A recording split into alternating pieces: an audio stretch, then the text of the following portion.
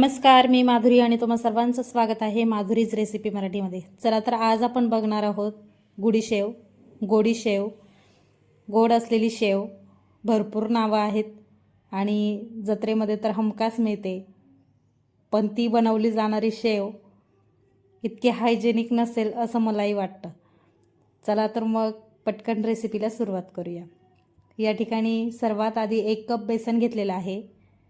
ज्या कपाने आपण बेसन घेणार आहोत त्याच कपाने आपण गूळ सुद्धा घेणार आहोत, त्यामुळे वाटीचं प्रमाण घेत असाल किंवा कपाचं घेत असाल तर ते एकच वस्तू वापरायची आहे।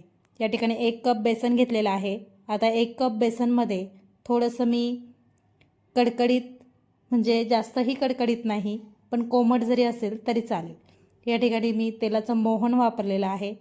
आता त्यामध्ये लगेचच हात टाकायचं नाही, कारण काय होईल, चटका बसू शकतो, त्यामुळे चमच्याच्या साहाय्याने व्यवस्थित आधी मिक्स करून घेऊया। या ठिकाणी कडकडीत तेलाचं मोहन यासाठी वापरलंय कारण खुसखुशीत जी गुडी शेव आहे ना आतमधली, ती पूर्ण खुसखुशीत लागावी, त्यामुळे आपण हे तेलाचं मोहन घातलेलं आहे। आणि एकदम छान सिंपल रेसिपी आहे, पहिल्याच प्रयत्नात सर्वजण बनवू शकतात आणि बाहेर जी जत्रेत मिळते त्यासाठी इतकं हायजेनिक पद्धतीने किंवा स्वच्छतेने बनवली जात असेल असं मला तरी वाटत नाही। या ठिकाणी तुम्ही बघू शकता, तेल टाकल्यानंतर बेसन पीठ जे आहे ना हलकंसं हाताने चोळून घ्यायचं आहे। दोन्ही हाताने चोळलं तर खूपच बेस्ट आहे। पूर्ण बेसन पिठाला जे आहे ना तेलाचं कोटिंग आलं पाहिजे। बेसन पिठाचा रंग आता बघा कसा दिसतोय आणि पूर्ण बेसन पीठ जेव्हा आपण मिक्स करू ते हे बघा पिठाचा रंग कसा दिसतोय। थोडासा नॉर्मल येल्लोसर रंग जास्त वाटतो, येल्लोसर रंग जास्त वाटतो म्हणजेच पिठाला जे आहे ना कोटिंग पूर्णपणे येतं। आणि हातावरती असा मुटका करून बघायचा, म्हणजे तेल जे आहे ना पूर्ण पिठाला मिक्स झालेलं आहे। या ठिकाणी पाण्याचा वापर जास्तीचा अजिबात करायचा नाही आहे, कारण बेसन पीठ चिकट असतं आणि या ठिकाणी आपण खूप कमी, म्हणजे खूपच कमी पाणी याला लागतं। साधारणतः 3 ते 4 चमचेच्या वरतीच कमीच पाणी लागेल। या ठिकाणी तुम्ही बघू शकता एकदम कमी पाण्यामध्ये या ठिकाणी मी बेसन जे आहे ना ते मिक्स करून घेते। आपल्याला अजिबात जास्तीचं पातळ करायचं नाही आहे, चिकट करायचं नाही आहे। बेसन जे आहे ना त्याचं पीठ मळून घ्यायचं आहे, जे हाताला चिपकणार नाही या पद्धतीपर्यंत, भांड्यालाही चिपकत नाही आणि हातालाही चिपकत नाही अशा पद्धतीने आपल्याला बेसनाचं कणिक मळून घ्यायचं आहे, पीठ मळून घ्यायचं आहे। त्यामुळे ही प्रोसेस जी आहे ना खूप व्यवस्थित करायची आहे। थोडीशी 2 ते 3 मिनटं जास्तीचे घ्या, पण मग व्यवस्थित करा, कारण रेसिपी अजिबात चुकायला नको। या ठिकाणी तुम्ही बघू शकता बेसन जे आहे ना हाताला जे चिटकलेलं आहे ना ते सुद्धा हळूहळू हळूहळू त्यामध्ये ॲड करत चालायचं, व्यवस्थित काढून घ्यायचं। तुम्ही जर कोरडं पीठ असेल तर ते कोरडं पीठ हाताला लावून थोडंसं चोळून घेतले हात तरी चालेल। आणि या ठिकाणी तुम्हाला दाखवते ना त्या पद्धतीने तुम्ही व्यवस्थित हाताला अजिबात चिकट न ठेवता पूर्ण पीठ जे आहे ना भांड्याला सुद्धा लागू न देता या पद्धतीने चोळून व्यवस्थित काढून घ्यायचं आहे। मी जास्तीचं पाणी तुम्ही बघू शकता, पाण्याचा वापर तर 3 ते 4 चमच्यालाही कमी झालेला आहे। आणि या पद्धतीत आपल्याला पिठाचा गोळा जो आहे ना तो मळून घ्यायचा आहे आणि हलकासा दोन्ही हाताने जर तुम्ही असा मॅश केला ना तो परफेक्ट मिक्स होतो आणि ही पद्धत तुम्ही करू शकता। या ठिकाणी आता तुम्ही बघू शकता पीठ जे आहे ना एकदम छान कणिक मळून घ्यायची। पीठ जे आहे ना भांड्यालाही चिकटलं नाही पाहिजे आणि हाताला सुद्धा चिकटलं नाही पाहिजे, या पद्धतीमध्ये आपल्याला पीठ जे आहे ते मळून घ्यायचं आहे। आता पीठ व्यवस्थित मळून झालंय, गॅसवरती कढई ठेवली, तेल थोडंसं गरम करायला ठेवून देऊया किंवा पॅन जरी ठेवला तरी चालेल। इथे ज्या कढण्यामध्ये आपण तेल गरम करून घेतलं होतं त्या कढण्यामध्ये थोडंसं तेल लागलेलं असतं, ते तेल थोडंसं पाटाला आणि थोडंसं पिठाला जरी लावून घेतलं ना तरी चालेल। आता कचाकच हा जो गोळा आहे ना पिठाचा तो 2 ते 3 वेळेस छान उलटापालटा करून मिक्स करून घ्यायचा, म्हणजे एकदम एकजीव करून घ्यायचा आहे। आणि तुम्ही बघू शकता एकजीव करून झाल्यानंतर अशी जे आपण शेंगोळे म्हणतो किंवा मग आपण त्याला जिलेबी म्हणतो, ती जशी वळली जाते ना सेम त्या पद्धतीमध्ये, त्यापेक्षा थोडंसं जाडसर ठेवायचं आहे फक्त, कारण आपण गोडी शेव बनवतोय। या ठिकाणी अशी मळून घ्यायची, वळून घ्यायची आणि त्यानंतर सुरीच्या साहाय्याने, चाकूच्या साहाय्याने असे एकसारखे काप तुम्ही तयार करू शकता। या ठिकाणी तुम्ही बघू शकता हाताला अजिबात चिपकत नाही आहे। या पद्धतीमध्ये आपल्याला पीठ जे आहे ना ते मळलं गेलं पाहिजे। सेम ह्या पद्धतीमध्ये तुम्ही जर पिठाला कमी जास्तपणा किंवा पाणीचा जास्त वापर केला आणि रेसिपी चुकली तर मग परत बोलतात की रेसिपी व्यवस्थित आली नाही, पण त्यासाठी वेळही तितकाच द्यावा लागतो, तेव्हाच रेसिपी छान होते।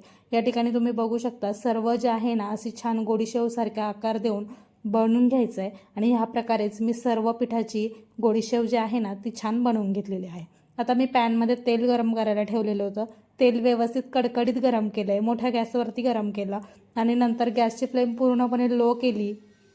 आणि लो केल्यानंतर यामध्ये ते जे आहे ना एकाच वेळेस टाकायचं नाही, असं एक एक करून सुट्टं सुट्टं टाकायचं.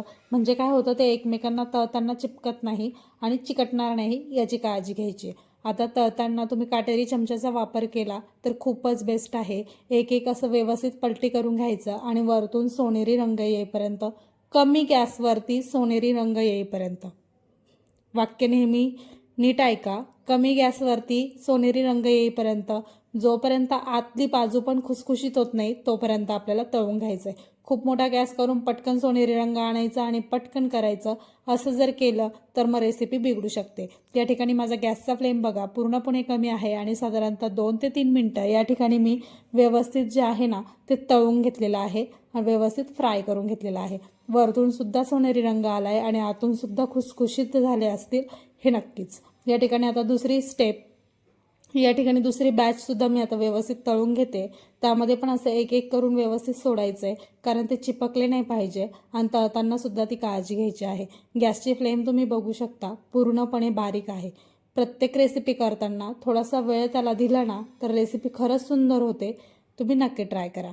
या ठिकाणी तुम्ही बघू शकता दुसरी बॅचसुद्धा व्यवस्थित 2 ते 3 मिनटं हलकीशी छान कमी गॅसवरच एकदम कुरकुरीत खुसखुशीत होईपर्यंत तळून घेतलेले आहे.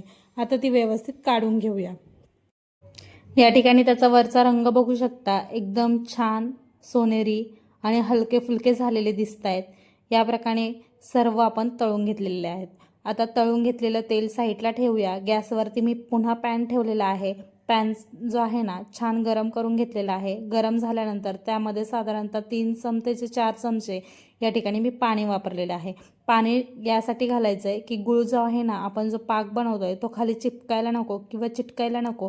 त्यामुळे या ठिकाणी गूळ जो आहे ना तो सुरीने व्यवस्थित असा बारीक किसून घ्यायचा आहे. आणि मी किसूनच ठेवलेला होता, पण तो पुन्हा थोडासा ओला हात लागल्यामुळे हे झाला आहे, घट्ट झालेला आहे. या ठिकाणी तुम्ही बघू शकता पाण्यामध्ये व्यवस्थित टाकून घेतला आहे आणि हा जो आहे ना थोडीशी उष्णता मिळाली की लगेच मेल्ट होईल. या ठिकाणी तुम्ही बघू शकता गॅसचा फ्लेम मी मंद आचेवरच पूर्ण जो आहे ना पाक तयार करून घेतलेला आहे आणि पाक या ठिकाणी आपला तयार झालेला आहे.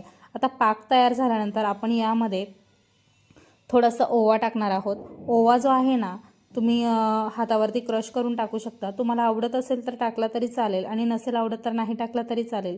पण गुडीशेव खाताना तुम्ही बघू शकता ओव्याचा स्मेल नक्की येतो. त्यामुळे थोडासा ओवा टाकायचा, खायला अप्रतिम लागतो, टेस्ट खूप छान लागते.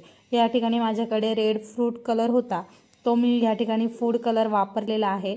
आणि या ठिकाणी तुम्ही बघू शकता तो मी डायरेक्ट पाकामध्ये टाकला आणि व्यवस्थित चमच्याने मिक्स करून घेतला तर रंग खूप सुरेख येतो आणि गुडीशेवचा जो रंग पाहिजे तो परफेक्ट या ठिकाणी बनवून तयार होतो. आता फूड कलर टाकल्यानंतर व्यवस्थित पाकामध्ये पूर्ण व्यवस्थित मिक्स करायचं आहे. या ठिकाणी तुम्ही बघू शकता पूर्ण पाक साईडने पण असं व्यवस्थित मिक्स करायचं आहे आणि गॅसची फ्लेम तुम्ही अजूनही बघू शकता पूर्ण फ्लेम ही कमी आहे. अशाच कमी फ्लेमवरती ही पूर्ण प्रोसेस आपल्याला करायची. पाक जास्तीचा आपल्याला आटवायचा नाही आहे किंवा तो जास्तीचा कडक करायचा नाही आहे. त्यामुळे ही जी स्टेप आहे ती पण व्यवस्थित लक्षात घ्यायची. पाक बनवताना सुद्धा चुकी झाली नाही पाहिजे, नाहीतर रेसिपी चुकू शकते.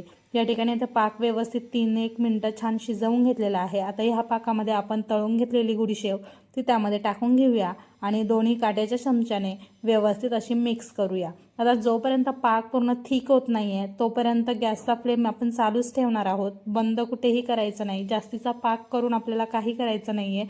त्यामुळे काय करायचं, पूर्ण पाक जो आहे ना त्या गुडीशेवला लागला पाहिजे असं जास्तीचं मिक्स करत राहायचं आहे. सारखं 1-2 मिनटं छान व्यवस्थित मिक्स करत राहायचं आहे, खालीवर करत राहायचं आहे. त्याने काय होईल, पूर्ण चारही बाजूंनी पूर्ण साईडने गुडीशेव जी आहे ना पाकामध्ये भिजली जाईल, शिजली जाईल. या ठिकाणी तुम्ही बघू शकता गॅस अजूनही चालू आहे. पूर्ण पाक जो आहे ना पूर्ण घट्ट होईपर्यंत आता आपण ही प्रोसेस करणार आहोत. साधारणतः 1 ते 2 मिनटं गुडीशेव टाकल्यानंतर सुद्धा गॅस चालू ठेवायचा आहे.